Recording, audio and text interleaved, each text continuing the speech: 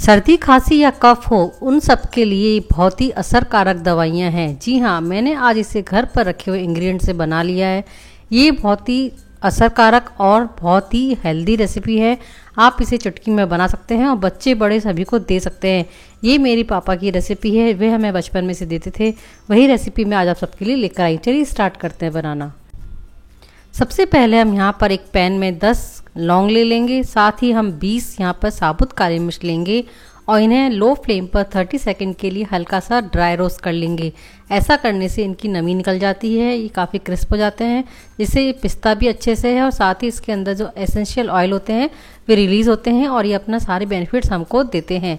तो इस तरह से हम यहाँ पे इसे ठंडा कर लेंगे और एक खरल में डालकर इन्हें एकदम बारीक कर लेंगे। जितना बारीक कर सकेंगे उतना अच्छा है, क्योंकि इसे हमें खाना होता है। तो इसके जो बड़े बड़े टुकड़े होते हैं वे बच्चे खाना नहीं पसंद करते हैं, इसलिए इसे अच्छे से क्रश कर लें। क्योंकि काफ़ी कम क्वांटिटी में है तो मिक्सर में नहीं होगा, तो हमें इसी तरह से इसे क्रश करना पड़ेगा।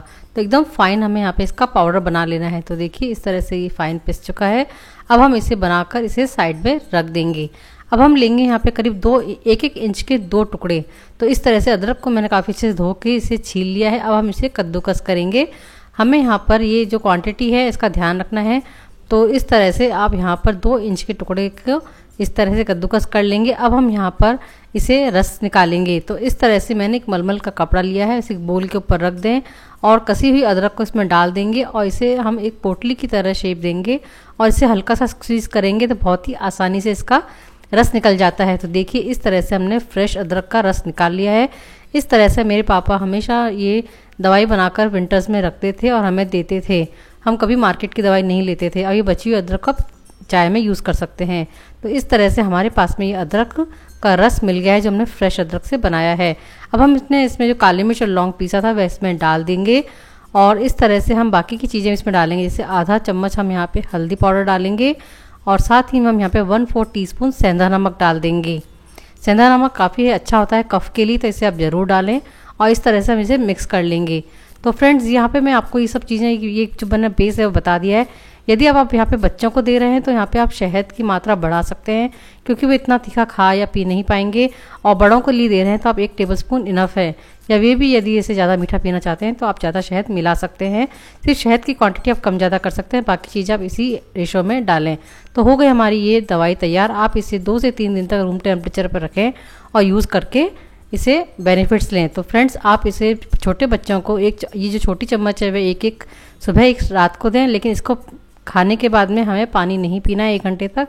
इस बात का ध्यान रखें। बड़े लोग को उसको आप ये जो छोटी चम्मच है वह 2-2 दें, बस पानी नहीं पीना है इसके बाद।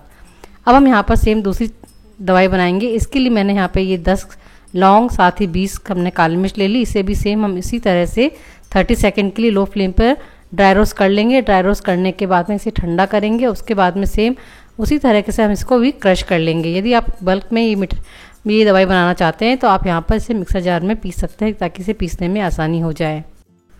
इंडियन किचन में जो हमारे मसाले होते हैं वो ही एक तरह से दवाइयों का काम करते हैं, इसलिए आप डेली यूज़ में इस तरह से इन मसालों को अपनी सब्ज़ी वगैरह में भी यूज़ कर सकते हैं।